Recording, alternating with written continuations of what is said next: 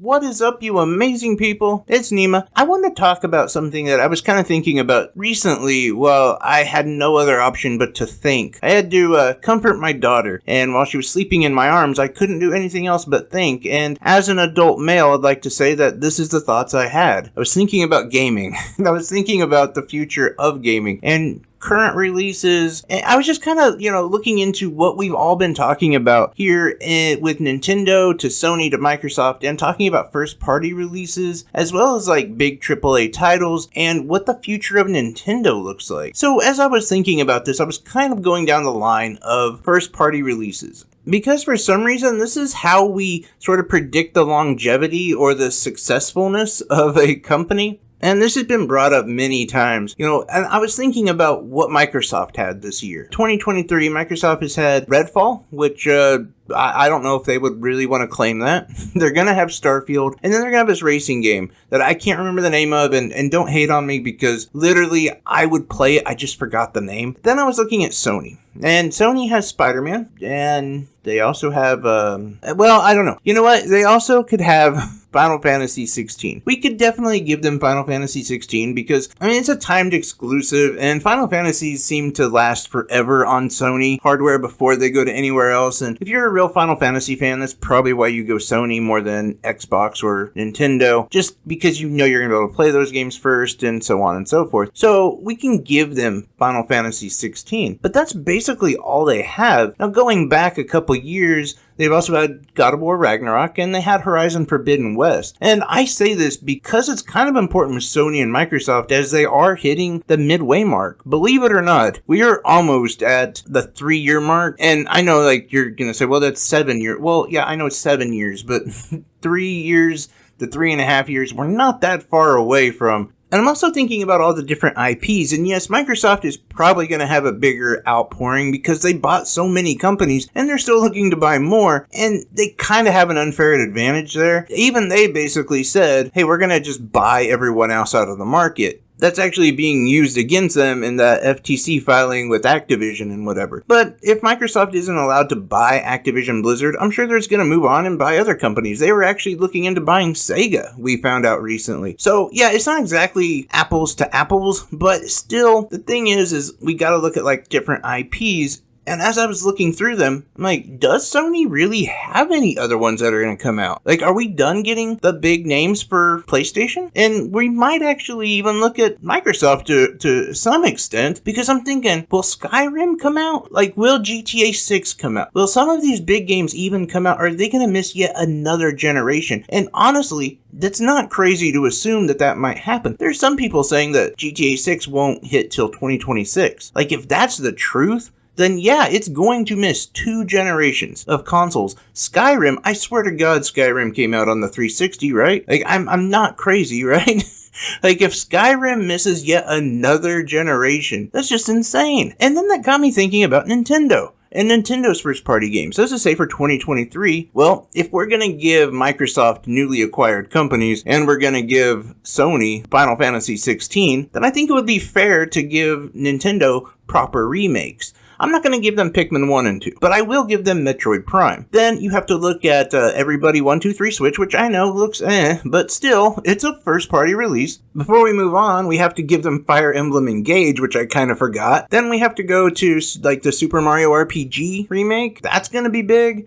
Super Mario Wonder, or whatever the 2D Mario game is going to be called, that is also going to be huge. And remember, they're at the height of Mario fandom right now, and the last 2D Mario sold for about 30 million copies, so that's going to be pretty big for them. Then we got the Wario Land game coming out. Then we also have Pikmin 4, which is also going to be pretty big. And I feel like I'm forgetting another game. I know I'm forgetting at least 1 or 2 other games, but one specific, the greatest game ever released. That's right, Adam. The greatest game ever released ever on anything, Tears of the Kingdom. I'm kidding, but no, seriously, that's another huge title. And so that just had me looking at software sales. Because if I remember right, and I could be wrong, but most of these companies actually focus more on software sales for profitability. Yeah, their hardware is important, and it does, move the console wars, so to speak, but really, software is where they make a lot of their money. And I've been thinking about these gigantic, AAA titles. titles. Stuff like, well, GTA or Skyrim or any of those. They're in development for so long. They cost so much money. And I'm sure they end up making it back to an extent, but my god, when you miss 2 console generations, do you really making that much money? Like,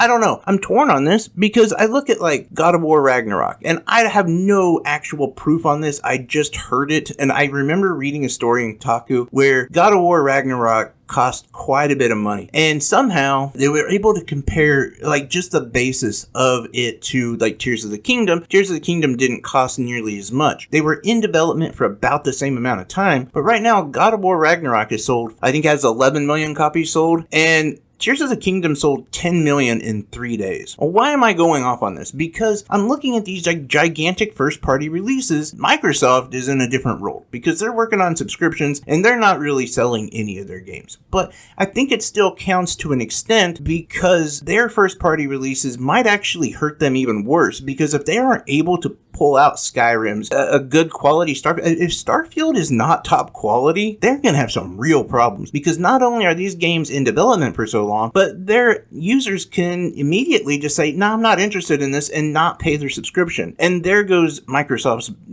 that's their whole business, is subscriptions. So they really need a lot of these games to hit, especially since they're buying all these companies. Now with Sony, they might not even have another game left on the PS5 that is first party. And again, so that had me thinking, is Nintendo really more focused on quantity over quality? And I don't even mean that as a shot against either side of that. Because honestly, Tears of the Kingdom is not Elden Ring. It's not Final Fantasy 16, but honestly, I like Tears of the Kingdom better than those other 2 games. And I don't know how many of you guys are ever been in a boxing match, but there's something that you do where you just do little body blows, little jabs. You take away your opponent's breath, and then you hit him with a haymaker. Now, when you know how to box, and you know that someone's coming up there just swinging haymakers, you know you're going to kill them, because they don't have that ability, that staying power. And that makes me wonder, is Nintendo really more focused on this, like, we're going to make a bunch of small little jabs. We're going to get you with the Super Mario RPG, bam,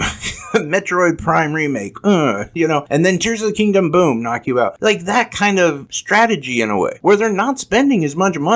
They're definitely not. And the games, could be improved upon, and a lot of us would like to see that. But financially, are they actually winning the battle? I don't know. Like, it's just a thought I had. And I'm even thinking further ahead, as yes, they have announced they are going to make a new system. This new console will be backwards compatible, is what they said. And then that made me wonder, well, how much are they going to upgrade? Like, what level are they going to say, you know what, we're good here. We don't want our games to be in development hell. We don't want to spend billions of dollars making a game because it might flop. And, we just want to be in this comfortable situation where we can get a little bit better performance, maybe get some of these other AAA titles on our console, but not playing as well, and have the ability to continue to just pop out game after game after game. I don't know. It's just something I was thinking about. And, I think a lot of us tend to believe that everyone wants to just go for the most powerful, the best, the biggest, the most gorgeous looking games, the most powerful system. But that probably is not a winning strategy, and definitely not as profitable. But I don't know. That's just my thoughts on it. I was just kind of thinking about this, and